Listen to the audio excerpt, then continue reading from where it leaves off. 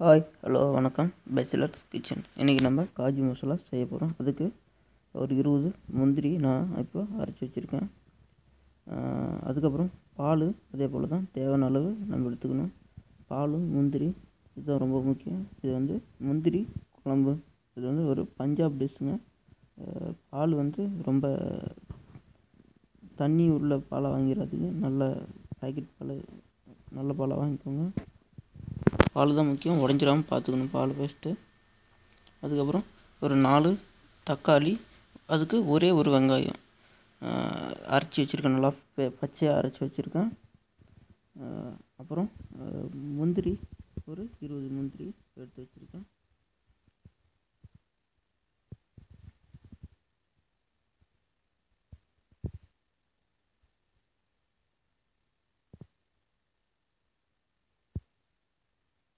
இப்போது சால்ட்டு தேவையான அளவு எடுத்து வச்சுக்கோங்க. அப்புறம் சில்லி பவுடர் ஒரு ஸ்பூன், அப்புறம் காஷ்மீரி தலை அது ஒரு ஸ்பூன், அப்புறம் நெய் தேவையான அளவு. வாங்க இது செய்யலாம் எப்படின்ட்டு. அதுக்கு நம்ம நெய்யை ஊற்றிடுவோம். எடுத்து வச்சுருந்தோம் நெய்யை ஒரு மீடியம் இதில் வச்சு நெய் காய்ச்சிக்கணும். அதுக்கப்புறம் அதில் முந்திரி வந்து என்ன பண்ணக்கூடாதுன்னா கருக விடக்கூடாது, அதுதான் முக்கியம். இது நம்ம நெய் காஞ்சிடுச்சு. இப்போ முந்திரி அதில் போட்டுருவோம். ஸ்லோவாக வச்சுக்கிட்டு அடுப்பை நம்ம இப்போ லைட்டாக அதை ஃப்ரை பண்ணுறோம். முந்திரி கருவிடாமல் பார்த்துக்கோங்க, அதுதான் ரொம்ப முக்கியம். ஏன்னா முந்திரி மசாலா இது வந்து ஒரு பஞ்சாப் டிஷ்ஷுங்க. இப்போ முந்திரி நல்லா ஃப்ரை ஆகிடுச்சு.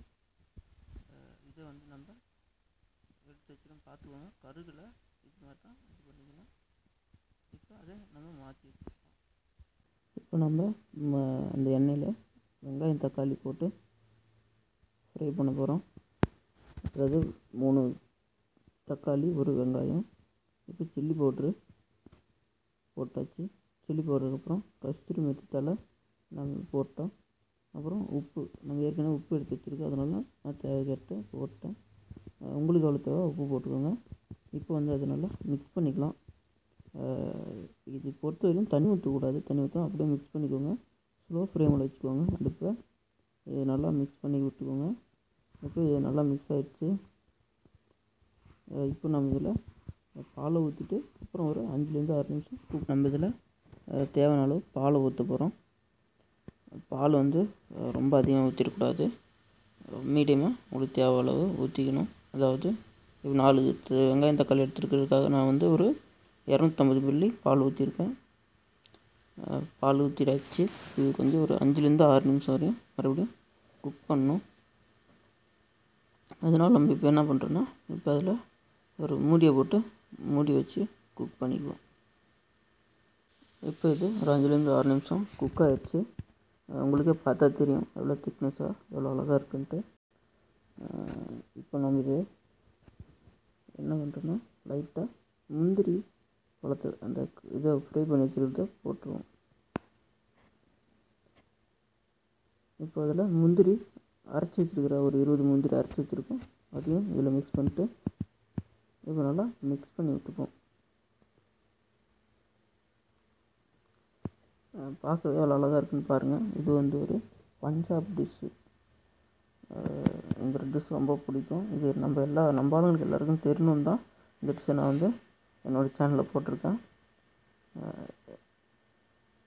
இப்போ எவ்வளோ திக்னஸாக இருக்குன்னு நீங்களே பாருங்கள். ஒரு 5லேருந்து ஒரு 6 நிமிஷம் குக் ஆகட்டும். மறுபடியும் இது எவ்வளோ அழகாக குக் ஆகிருக்குன்னு நீங்களே பாருங்கள்.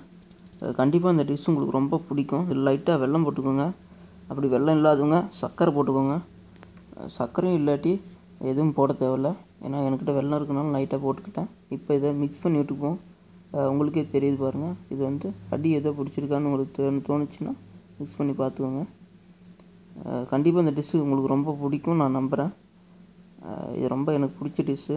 இது வந்து சப்பாத்தி, ரொட்டி, அப்புறம் ரைஸு எல்லாத்துக்கும் சாப்பிட்லாம், இட்லி அதே போல். கண்டிப்பாக இந்த டிஷ்ஷு உங்களுக்கு ரொம்ப பிடிக்கும். இது வந்து ஒரு நார்த் இந்தியன் டிஷ்ஷு. மறக்காமல் என் சேனலை வந்து சப்ஸ்கிரைப் பண்ணுங்கள், லைக் பண்ணுங்கள், ஷேர் பண்ணுங்கள், மறக்காமல் கமெண்ட் பண்ணுங்கள். இந்த டிஷ்ஷு வந்து எனக்கு ரொம்ப பிடிச்ச டிஷ்ஷு. அதனால தான் உங்களுக்கு நான் வந்து அப்லோட் பண்ணுறேன். உங்களுக்கு வீடியோ எதாவது வேணும்னாலும் சொல்லுங்கள் மறக்காமல். Thanks to every one. Don't forget subscribe. Election நிற்குன்னா மக்கள் ஆதரவு வேணும். யூடியூப்பில் நடக்கணும்னா கண்டிப்பாக சப்ஸ்கிரைபர் ஆதரவு வேணும். Please support me. Thanks to all.